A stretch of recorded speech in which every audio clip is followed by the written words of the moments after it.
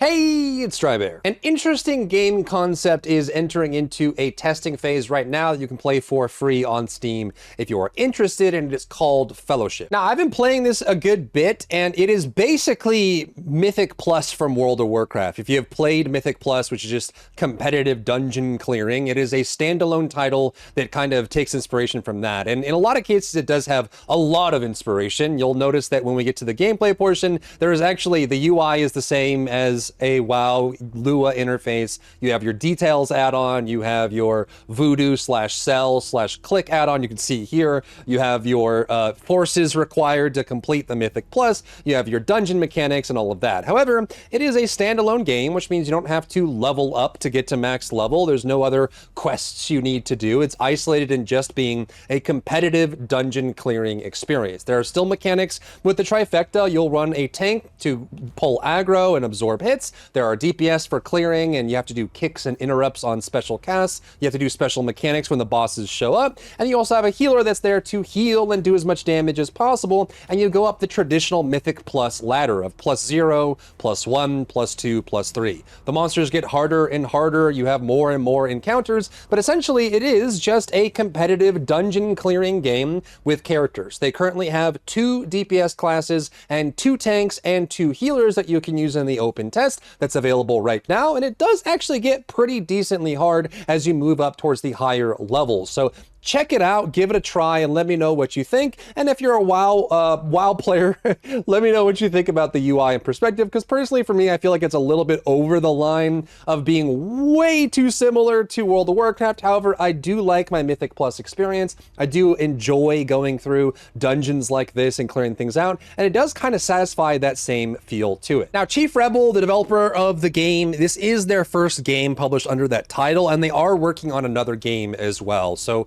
I'm curious to see, just as an experiment, if this kind of concept works. We've seen this happen time and time again. I mean, that's where, genres like MOBA and stuff came from, and where things like, splitting things out into competitive aspects, even like different shooters and things like that, ended up being created or spun off as segments of a bigger game that people wanted to play exclusively rather than having to do the other elements of it. So I think that it's an interesting concept, and I would actually like to see more things like this succeed, a multiplayer experience focused on a subsection of an MMO, but you have to wonder if something like this can actually work. Are they going to be able to create enough characters and enough content to keep people interested, and will people be able to stay the same? Now, there are people that play World of Warcraft exclusively for Mythic Plus. There are people that play Final Fantasy XIV exclusively for like the smaller raids like Savage and things like that with, their 4 or 8 man, that sort of thing.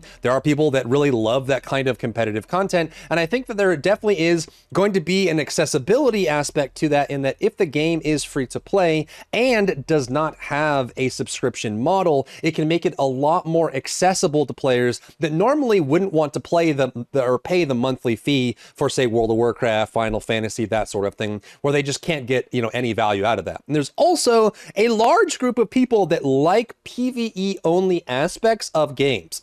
This is true, and we've seen this with tons of different games like Throne and Liberty, games like Lost Ark, tons of games, or Black Desert, where there are a lot of people interested in the game that only want to do the PvE aspect and are turned off by the fact that there is PvP involved in that process. So the fact that this is an isolated, no subscription model, PvE only experience that is character-based, that you're just focused on getting better gear. There is gear in the game, there are talent trees, special abilities, and unique characters and special bosses that get harder and harder, different mechanics you have to deal with and things you have to do in that process, which I think could lend itself to an interesting concept if it does actually get up off the ground. So let's jump in here, and we can in a minute dive into all the similarities and things that folks, I mean, you even have like the same UI and some of the class color icons and things like that. It is not a 5-man or 6-man, it is a 4-man, so all the groups are 4-man. But let's look at some of the progression systems that exist here, which are pretty cool in general. So it is, again, it's a very separate, isolated, in a single scope experience of doing dungeons. So you have your stash here, and when you finish a dungeon, you'll be able to get loot drops from that dungeon. So you'll be able to equip different gear, and your goal is to continually do higher and higher versions of the dungeons that exist and be able to get better and better gear. You don't have a level, you just have an item level. You're just doing dungeons and getting better at that character. The character has all kinds of different abilities that you can use, and it functions just like an MMO. Honestly, it plays just like World of Warcraft, if that's what you're looking for as a reference, and it kind of has that motion there. The only difference is that there is a, like, you have an ultimate ability, so it's a little bit more MOBA-like in that aspect, and that the characters are fixed and have their own abilities. You'll build up a special resource, kind of like a hero shooter or a MOBA, and then once you have that resource at max, you can use an ultimate ability that will bring all that together. But you are working at trying to get better and better gear, and then once you do get gear from the drops that you're progressing through, you will actually be able to get gem upgrades and power sockets and all those stuff. So you can think of it kind of like a standalone RPG, maybe even like an ARPG, where you're trying to customize your overall experience. And as you get higher and higher in the progress of doing the dungeons, you actually start exploring different ways to play your character and different team comps that use the characters there. Now, there is a limited choice of characters right now. Like I said, there are only 6 characters to choose from. Most of them are very analogous to classes and gameplay styles that exist inside of World of Warcraft. So we can jump over here and we can look at the overall playstyle.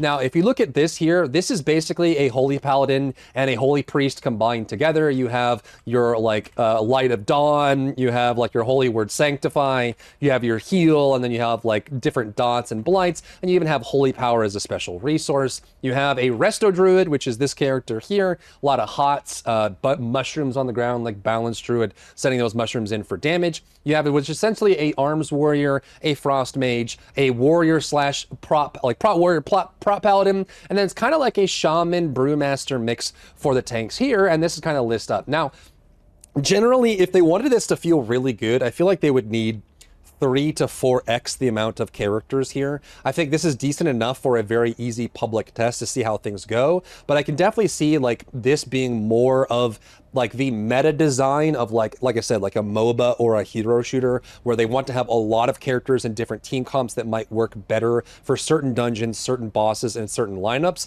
And there's the big question too of like, when you actually start getting into the higher levels of your gear, how strong can these characters actually get, right? Like, I've only done a couple dungeons here. There's been a lot of bugs. I've had crashes and things like that that prevent me. Like, if you crash, you don't get any progress for the dungeon, so you have to do the dungeon again to get more progress there. But there are a decent amount of these here, and I think that's kind of what interests me about this, aside from it just looking very, very similar to World of Warcraft, is just the idea of, if you were to take out some of the restrictions that, you know, a World of Warcraft or a Final Fantasy 14 or whatever online MMO that you want to talk about that has dungeon-based content in it, how does this compare, and would this draw interest for people that would want to play the game? Additionally, what's cool about this is they have more interesting options for gear trading and interaction. There's a quick play setting, there is a find game setting, and a host game setting. So it's not like a true player search lobby where things can get a little toxic or gatekeepy. A lot of it is based on queues.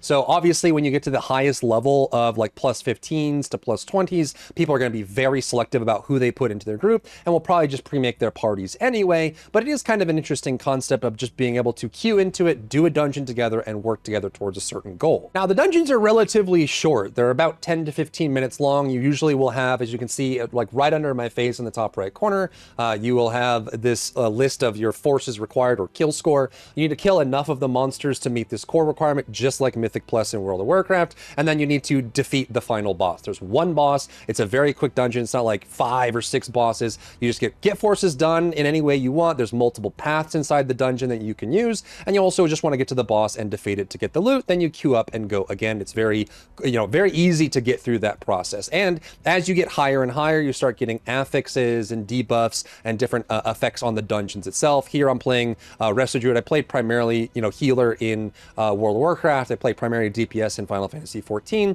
but I just wanted to try out healer in this setting just to see how things go and how the damage is set up. But again, if you've played World of Warcraft Mythic Plus, you'll fit right into this process in general. And the bosses do have some pretty major mechanics. This is one of the bosses that you face off against. She has a knockback where she can throw you off the platform, so if you're not paying attention, you'll end up getting knocked off the platform. And she also has a deafening screech, which again, if you've played WoW, you know that this silences you if you're in the middle of a cast. And she also has an ability where she'll fly off the edge of the stage and then cause everyone to run towards her. And if you don't chain yourself to the pillar in the middle of the platform, then you'll end up being pulled towards her and fall off the edge and die as well. So there are a good amount of mechanics that you have to do during the fight that play along with the different classes and setups. There is definitely some optimization in dealing enough damage. You can see by the details on the far left side of the screen who's doing a lot of damage, how much damage we're getting out of it, and how we're able to compete with that. And as you get higher, the HP values get so high that they do demand that even the tank and the healer do decent damage while they're doing their other mechanics as well. And some of the same things that are important in World of Warcraft Mythic Plus are important here as well. So there are critical dispels that you'll have to do as the healer.